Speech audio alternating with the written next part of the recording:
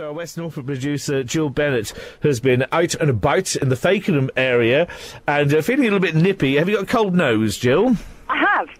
I knew you would have. Where did you start off and where are you now? Well, I wanted to walk here from Fakenham, but in fact you can't. The line is actually blocked in places. But I'm actually now south of Great Ryburgh, and I have walked from Great Ryburgh.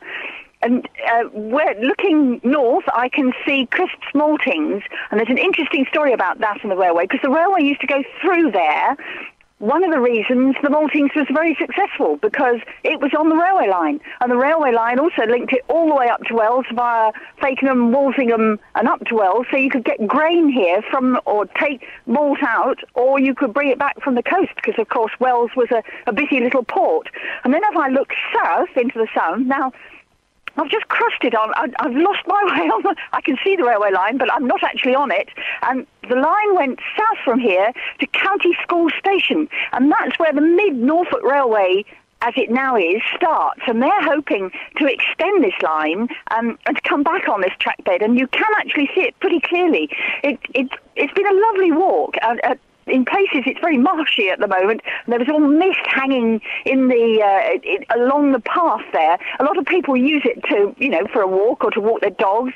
But it's a lovely line. And where I am now, I have to say, I don't envy you being in the studio at the moment, because I'm in the most beautiful place. You can see all across all the rolling fields around here in the woodlands. Absolutely beautiful on a sunny morning. Crisp's is interesting, though, because this line was so important to them, and so much so that in 1964, this line was mentioned in the House of Lords, because they said, how will Crisps get their wagons and get their goods to Great Ryburgh, to the Maltings, when you haven't got the railway line there? And it was raised in the Lords, and I think a government minister gave a sort of non-committal reply, as they usually do.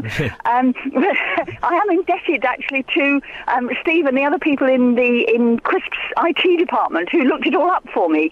But it's very interesting that one of the reasons that this became such an important centre to this particular company was because of the railway. Now, there are lots of places in Norfolk that did develop and could prosper because they were on the railway line, and yet now we look at them as little backwaters, and their sort of prosperity has dipped after the railway went.